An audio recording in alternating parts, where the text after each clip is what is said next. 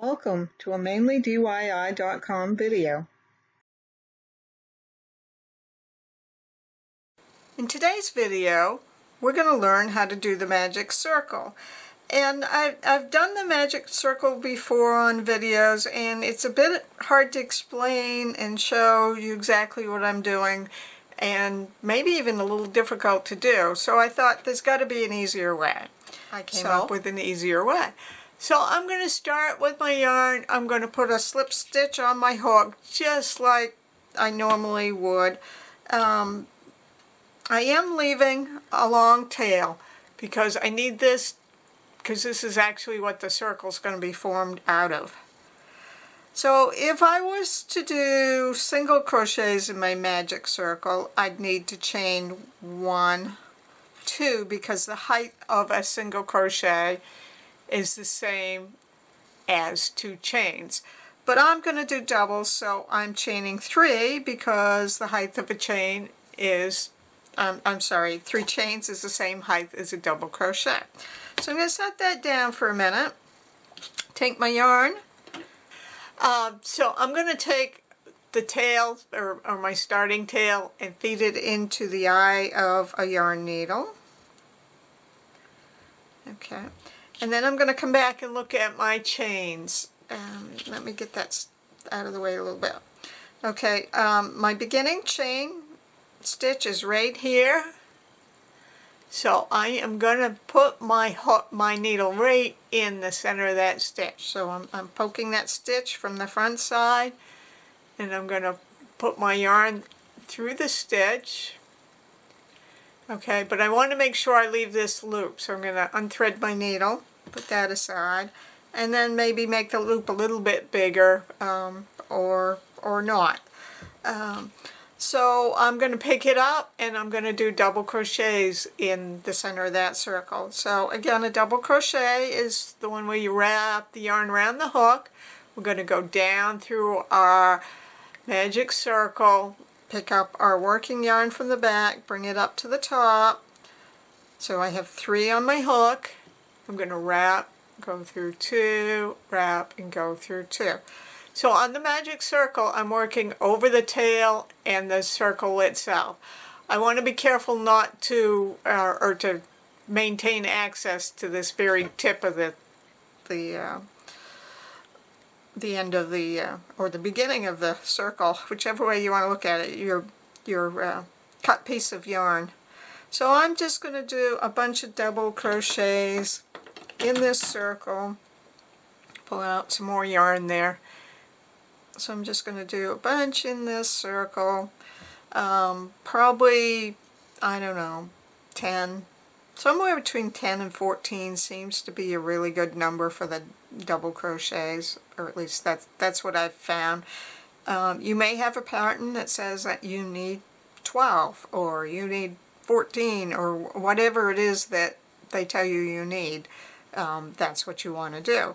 But if it's a non-specified, or if you're making, if you're just crocheting in the round to do a coaster or something like that, where it doesn't matter, just do whatever you think is going to fill up a circle. So I'm going to count, see how many I have. So there's a couple ways you can count. You can count by kind of the posts. So I'm going to do that first. So you remember that 3 chains was my first double, so that counts as 1, 2, 3, 4, 5, 6, 7, 8, 9, 10. And if you count from the top, would be counting 1, 2, 3, 4, 5, 6, 7, 8, 9, 10. And that's kind of like counting the chain stitches that form on the top. I'm going to do just 2 more. I want to make sure I have a good full circle. Okay, so now I'm ready to make the magic happen. So all I've got to do is take this tail stitch and hold my work with my other hand and just pull on that tail. Just pull it gently, and look how it closes right up until you've got a nice tight circle.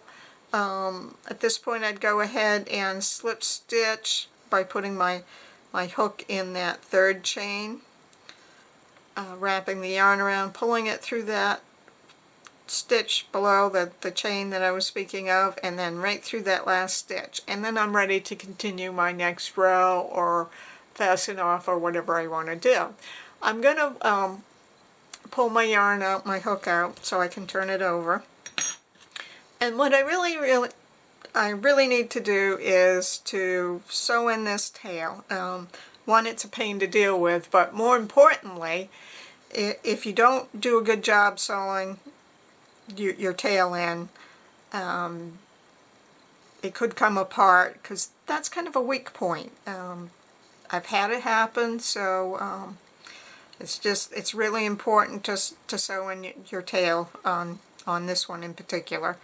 So I'm kind of doing a back stitch here where I'm going towards my right, coming back on a stitch, and then going towards my left and making a back stitch. And I'll do that a couple of times. And if I was going to continue working with the purple, I would go ahead and work my yarn up here to the top and then feed it back and forth through these top stitches and bury it either with my hook or my needle, whichever way suited me at the moment, work as well.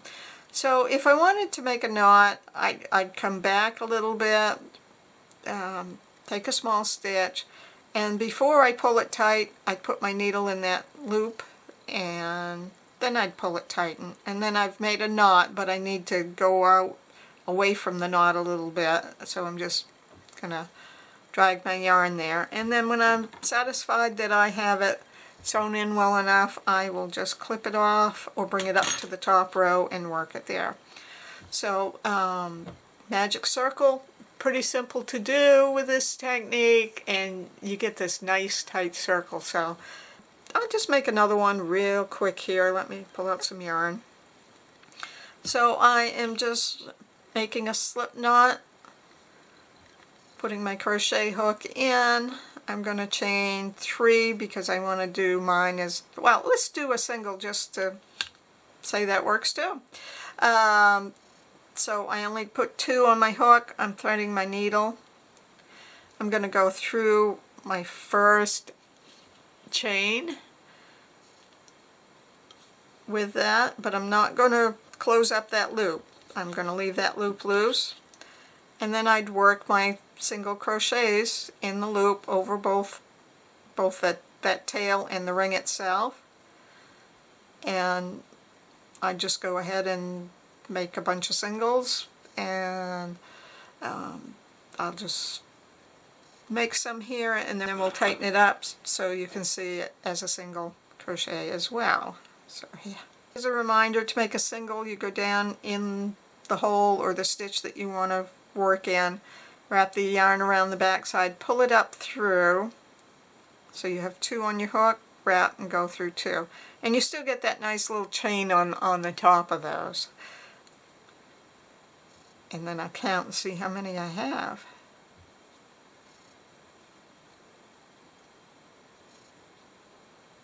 So I've got 1, 2, 3, 4, 5, 6, 7, 8, 9, 10. I'm going to call that good.